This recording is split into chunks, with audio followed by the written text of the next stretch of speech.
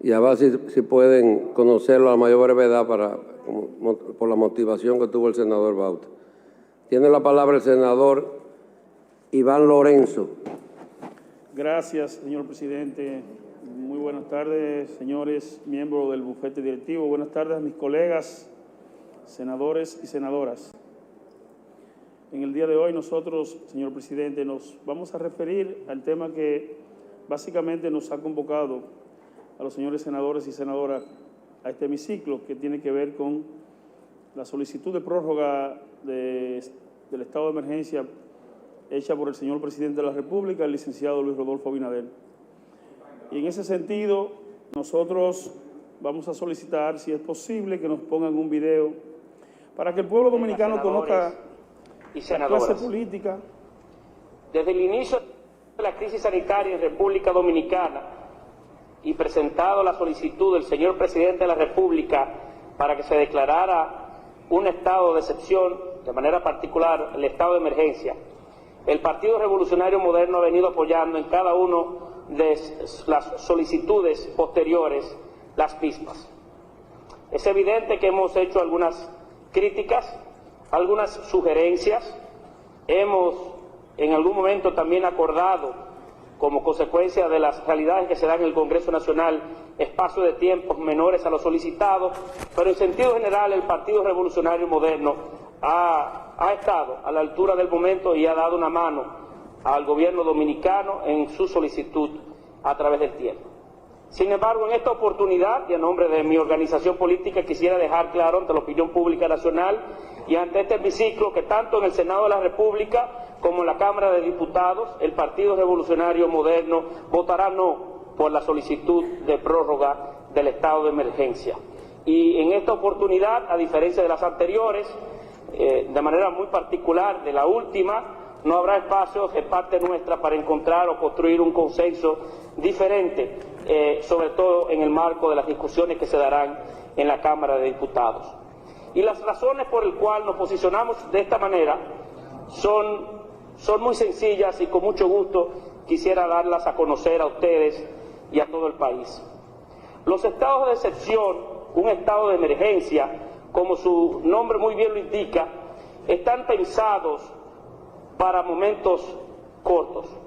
No están diseñados, no están originalmente pensados para que fueran durante largos espacios de tiempo que se aplicaran, porque los estados de excepción son momentos en el que se le da el poder a un hombre de manera particular para que pueda limitar los más sagrados derechos constitucionales y fundamentales con el que gozamos todos los dominicanos y todas las dominicanas.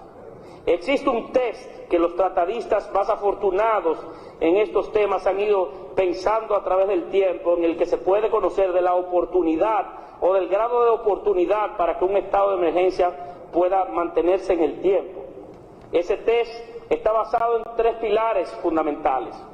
En primer lugar, la proporcionalidad, y es que las medidas que se tengan que pensar sean necesarias, un estado de emergencia o un estado de excepción para poderlas lograr.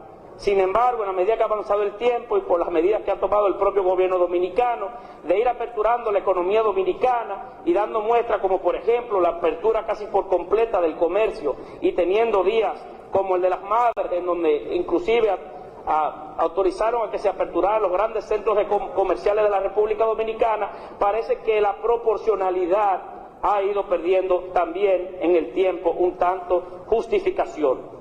Son señales contraproducentes las que se envían al tiempo en el que hemos mandado a aperturar todo el país y solicitan sin embargo poderes excepcionalísimos para poder hasta conculcar derechos fundamentales.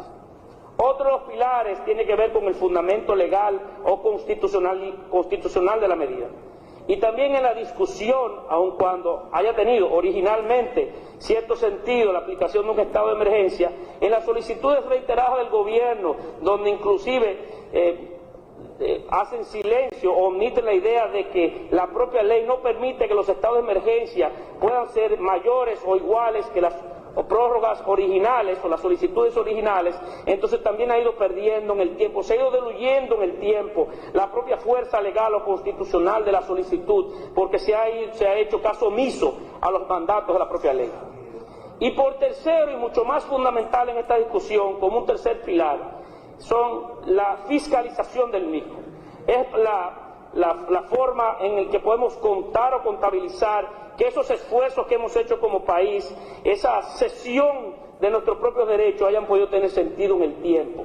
Y tanto por las compras y contrataciones públicas, con 8 o 9 escándalos que se han dado de manera reiterada, como también en las informaciones que surgen del propio gobierno sobre el manejo de la epidemia, dan cuenta de que ese tercer pilar también ha ido perdiendo toda su base o toda su fuerza.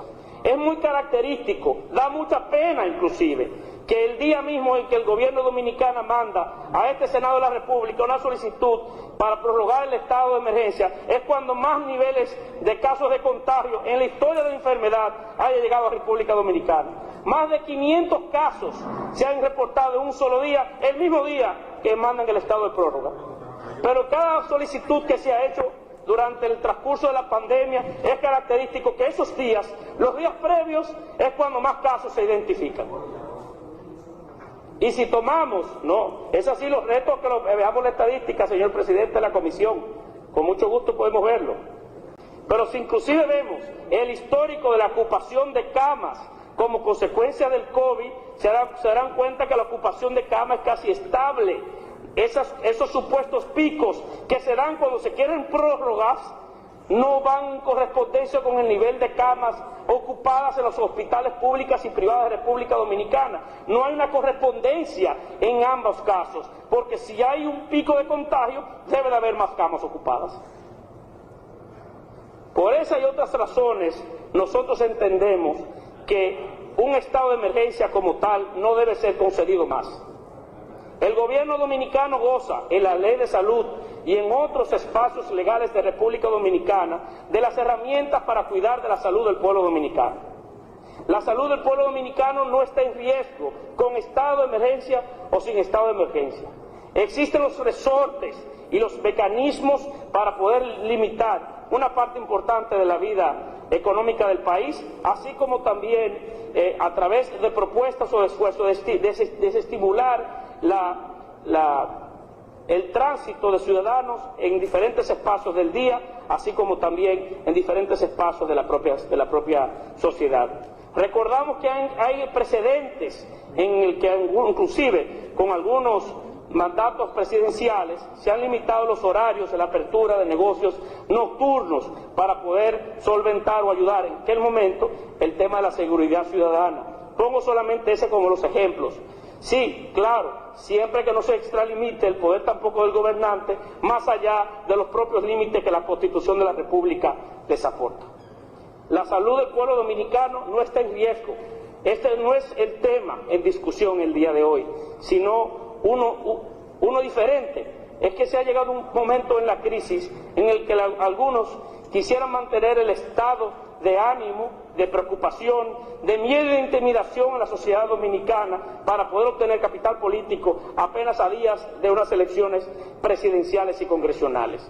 Ese es un uso lamentable de un momento como el que vive hoy la República Dominicana, que requiere de un ejercicio responsable de la acción pública y no utilizar un tema tan difícil como este, que toca las fibras más sensibles del ser humano para poder sacar una rentabilidad política de la pandemia del COVID-19. Vuelvo a reiterar, estaremos siempre prestos a dar una mano, a colaborar de manera propositiva, a ser útil en esta discusión. Pueden contar con los esfuerzos del Partido Revolucionario Moderno, pero entendemos que en las decisiones y las fases que ha invitado el gobierno dominicano a ir aplicando, pierde un tanto sentido proporcional y de oportunidad mantener en el tiempo un estado de emergencia que no va a contribuir adicionalmente a las fuerzas o a las capacidades que se tienen para salvaguardar la vida de los dominicanos y las dominicanas, que siempre tiene que ser el norte de todas las fuerzas políticas del país y del gobierno dominicano. Muchas gracias.